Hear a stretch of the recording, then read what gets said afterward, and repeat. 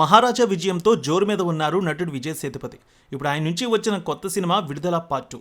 గతంలో విజయం సాధించిన విడుదల పార్ట్ 1కు కొనసాగింపుగా వెట్రిమారన్ తెరకెక్కించారు. మంజు వారియర్, సూరి తదితరులు ముఖ్య పాత్రలు పోషించారు. మరి రెండో భాగంలో దర్శకుడు చెప్పిన స్టోరీ ఏంటి, తెరపై సినీ ప్రియులకు ఎలాంటి అనుభూతి అందించింది, రివ్యూలో చూద్దాం. స్టోరీ వైజ్ చూస్తే ప్రజాదరణ నాయకుడు పెరుమాల్ విజయ్ సేతుపతిని పోలీసులు అరెస్ట్ చేయడంతో ఈ కథ మొదలవుతుంది.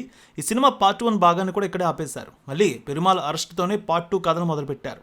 కుగ్రామంలోని పిల్లలు చదువు చెప్తున్న పెరుమాల్ జమీందారీ వ్యవస్థను, పెట్టుబడిదారుల అక్రమాలను, అన్యాయాలను, ఆగడాలను అడ్డుకునే క్రమంలో నాయకుడిగా మారతాడు. ఈ తరుణంలో తనకు పరిచయమైన, తన మనోభావాలకు దగ్గరైన మహాలక్ష్మి మంజు వారియర్తో ప్రేమ పెళ్లి ఆయనలో ఎలాంటి మార్పు తీసుకువస్తుంది? పెరుమాల్ బాటలోనే మహాలక్ష్మి నడుస్తుందా? అహింస అంటే ఇష్టం లేని పెరుమాల్ ఉద్యమాన్ని ఎలా నడుపుతాడు? పెరుమాల్ను పట్టుకునేందుకు తోడ్పడిన సూరి చివరిలో ఏం చేస్తాడు? ఇదే ఆసక్తికర మలుపులతో కథ ముందుకు వెళ్తుంది. సో విడుదల పార్ట్ 1కు మించిన సహజత్వంతో విడుదల 2 కథ నడుస్తుంది. కథ అంతా పెరుమాల్ పాత్ర ప్రధానంగా కొనసాగుతుంది. పోలీస్ నిర్బంధంలో ఉన్న పెరుమాల్ డిఎస్పీ సునీల్కు తన ఉద్యమ ప్రయాణంలో ఫ్లాష్ బ్యాక్ను చెప్పడంతో సినిమా ఆసక్తికరంగా మొదలవుతుంది. జమీందారీ వ్యవస్థ అణగారిన వర్గాలను ఎలా దోచుకుంది, ఎలాంటి అన్యాయాలకు, అక్రమాలకు పాల్పడింది అనేది ఈ చిత్రంలో కరప్పన్ అనే పాత్ర ద్వారా ఎంతో హృదయంగా చూపించారు. దర్శకుడు కమ్యూనిస్టు ఉద్యమాలు ఎలా మొదలవుతాయి, వారి పంద సిద్ధాంతం ఏం చెబుతుంది, ఈ ఉద్యమ ప్రయాణంలో కుటుంబాలని పణంగా పెట్టి ఉద్యమకారులు చేసే పోరాటాన్ని చాలా లోతుగా, వాస్తవికంగా చూపించే ప్రయత్నం చేశారు.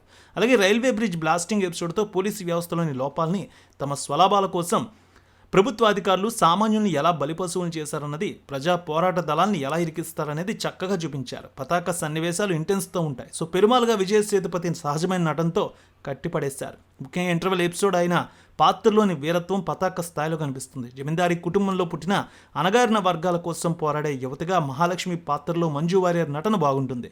సేతుపతితో ఆమె లవ్ ట్రాక్ చాలా హుందాగా ఉంటుంది. కొమరేషన్ పాత్రలో సూరి నటన ఆకట్టుకుంది.